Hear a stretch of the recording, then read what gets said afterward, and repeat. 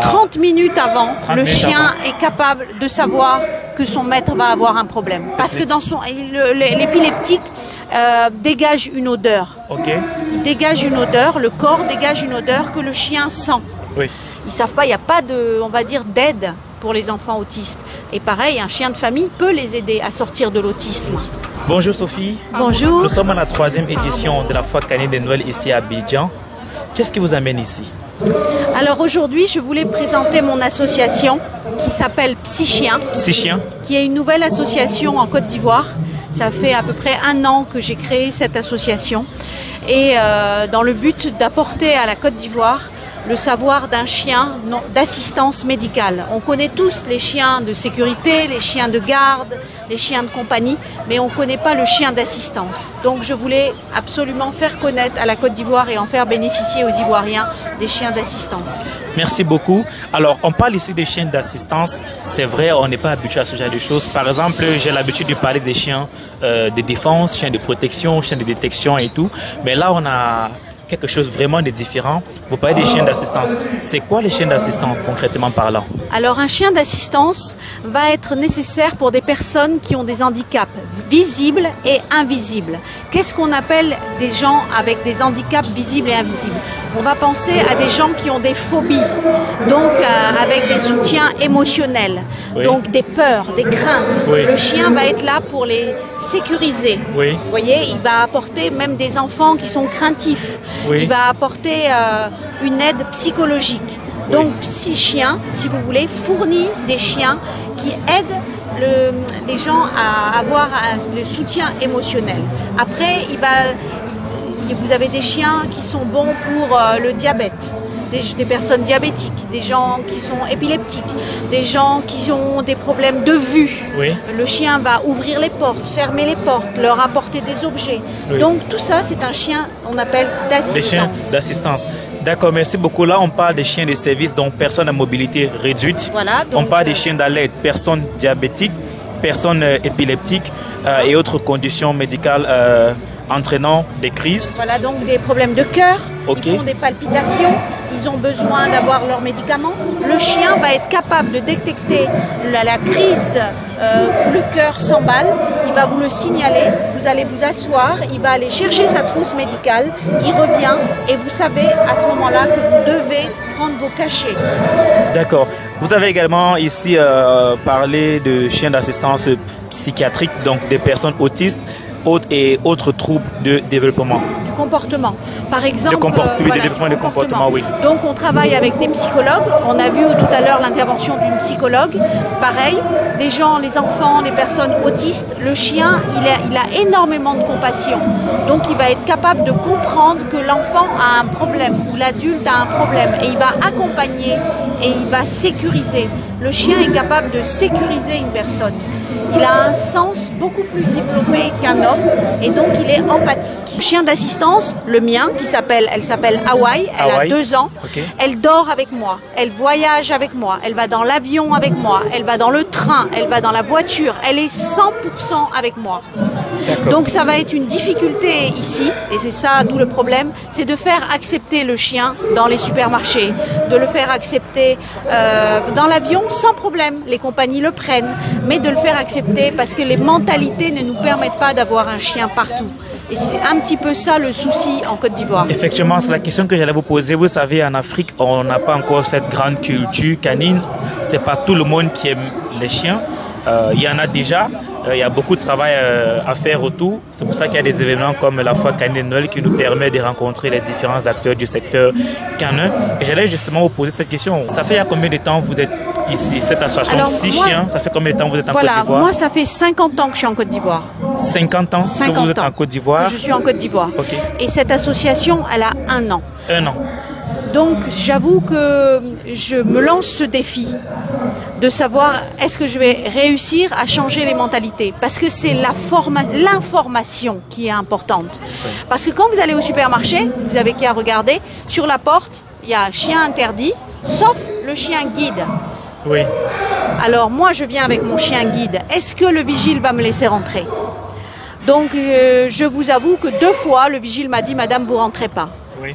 Donc c'est compliqué, ça va être un petit peu compliqué, mais je désespère pas, grâce aux foires canines, grâce aux médias, grâce à passer sur la RTI, grâce à, voilà, à faire connaître le chien d'assistance. Parce que ce n'est pas un chien de garde, c'est pas un chien de sécurité, c'est un chien qui est là pour un problème médical. Comment est-ce qu'on vient à Hawaï? Comment est-ce qu'on voit un chien d'assistance? Un chien d'assistance a un dossard, voyez? Ok, là c'est écrit chien d'assistance, ne pas déranger. Pourquoi on ne devrait pas déranger un chien d'assistance dans la rue? Mais parce qu'il est au travail. Ok. Quand elle n'a pas ça, vous pouvez faire ce que vous voulez avec elle. Ok. Mais quand elle aura ça, ça voudra dire qu'elle est au travail. Donc normalement, on ne doit pas l'empêcher. Vous voyez un chien par exemple, hier on avait Big Assistance qui a fait une démonstration. Oui. Est-ce que quelqu'un l'a dérangé pendant qu'il a fait son travail? Pas du tout. Non. Elle c'est pareil, elle est au travail. Donc normalement, on doit faire comme si elle n'était pas là. Parce qu'elle est là, mais elle doit pas être dérangée. Elle est là juste pour être à côté de sa maîtresse et pour dire, bon, moi je me mets là parce que je veux voir si ma maîtresse se sent bien. Alors, maintenant, comment est-ce que on va entraîner un chien à détecter un cas de crise? Alors, par exemple, des personnes qui souffrent d'épilepsie. Eh bien, en étant en contact avec son maître, en étant très fusionnel, il va voir en fait que son maître a un problème de santé parce qu'il est très proche de son maître. Okay. Et on va lui apprendre déjà à toucher avec sa patte, toucher avec son nez. Et on lui apprend à toucher. Et à un moment donné, le chien, il sent que ça va pas. On lui apprend à aller chercher sa trousse. On lui apprend des choses. Et après, en contact avec son maître, quand il voit que son maître ne va pas, forcément, il va lui dire. Il va lui dire, il va toucher. Oui. Il va toucher. Et ça veut dire, bon, il y a quelque chose qui ne va pas. Il y a quelque chose qui ne va pas. Donc, ça veut dire que forcément, avant qu'une personne ne fasse une crise, la personne commence à... 30 minutes avant, le chien est capable de savoir que son maître va avoir un problème. À peu près 30 minutes avant. Donc une personne qui est sur le point de faire un malaise, épileptique, qui est sur le point de faire un malaise, le chien est capable de détecter 30 minutes en avance la crise d'épilepsie. La crise parce que dans l'épileptique dégage une odeur. Okay.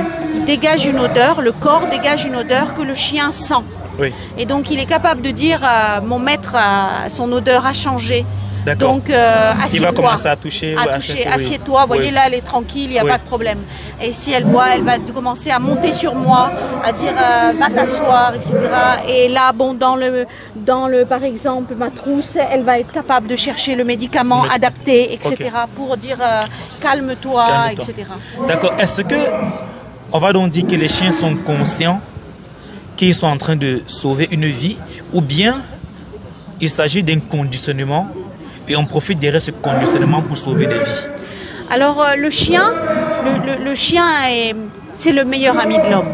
Oui. Vous le savez. Oui. Le cheval, c'est la plus belle conquête. Le chien, c'est l'ami. Donc après, tous les chiens ne sont pas aptes à ce travail. Ok. Donc c'est pas toutes les races de chiens qui peuvent. C'est pas forcément toutes les races, mais vous avez des races qui ont des prédominances. Oui. Pour cette mission. Oui. Vous avez le Labrador, ou le Golden Retriever, vous avez le berger allemand, vous avez le caniche, vous avez le Beagle, oui. vous avez le Cocker qui est très bon, et vous avez aussi le berger australien, border collie, donc c'est ça là. Ok, ça, donc eux ils sont prédisposés. Oui, parce que c'est des races qui ont beaucoup d'empathie. Oui. Vous n'allez pas prendre un bulldog, vous n'allez pas prendre un bosseron. Ils en ont, mais ils ont d'autres particularités. Oui. La dame, elle parlait du braque. Le braque, il est chasseur. Ils ont des gènes. Oui, il y a la génétique compte. Ça veut dire que la génétique compte dans ce genre. Donc on peut prendre n'importe quel. En fait, vous dites que tous les chiens peuvent être des chiens d'assistance, mais lorsqu'on veut déjà spécialiser certains chiens dans le métier d'assistance, l'idéal c'est d'aller vers certains types de races parce qu'ils ont des prédispositions, ils ont un instinct. Parfait. Si on prend par exemple un malinois, lui il a l'instinct de prédation. Le malinois, il va être la garde. Regardez, c'est l'armée qui a le malinois. L'armée. Il y en a des malinois chiens d'assistance, mais ils sont trop vifs. Ils sont trop inquiets, trop speed. Ça, c'est des chiens calmes. Le berger allemand, il est calme. Le golden ou le labrador, il est calme. C'est des chiens calmes. D'accord. Merci beaucoup. Combien de temps ça peut faire pour alors, éduquer on peut dire un chien d'assistance? On le prend à partir de 3 mois, 4 mois, on lui apprend, on le sociabilise, on lui fait voir plein de choses. Il faut qu'il aille dans les supermarchés, il faut qu'il ait peur de rien. Oui. Et après, on commence à l'adapter avec son maître, à le sortir, à le balader. On commence à le balader, On commence à le balader, on commence tout ça. Et on peut dire qu'il est opérationnel à partir de 1 an et demi, 1 an et demi, 2 ans. Okay. Il passe sa certification Oui. et on peut dire qu'après, il est certifié chien d'assistance. Mais il aura toujours besoin d'un entraînement. Okay. Aller chercher les médicaments, la balle, rapporter une balle, vous voyez, des jeux de rapporter, des jeux, voilà. D'accord. Et après, voilà. Hawaï à quel âge? Hawaï, elle a 2 ans et demi. 2 ans et demi. Elle est jeune. C'est un caniche royal. Déjà, caniche royal. Déjà, beaucoup de gens ne sont pas habitués à, quand on dit souvent caniche, les gens pensent. Oui, au petit. Ici, oui, donc, alors, voilà, dans le caniche, vous avez plusieurs tailles. Oui. Elle, c'est la plus grande, c'est la royale. Ah, d'accord. Donc, elle, on peut dire qu'elle est capable de porter beaucoup de choses. Oui. D'ouvrir les portes parce qu'elle est grande. Elle est grande, effectivement. Donc, elle ouvre les portes. Par exemple, pourquoi j'ai pris un caniche royal? Donc, par rapport à l'épilepsie, quand elle doit aller chercher ma trousse médicale, elle ouvre la porte et elle va me la chercher, elle me la ramène, etc.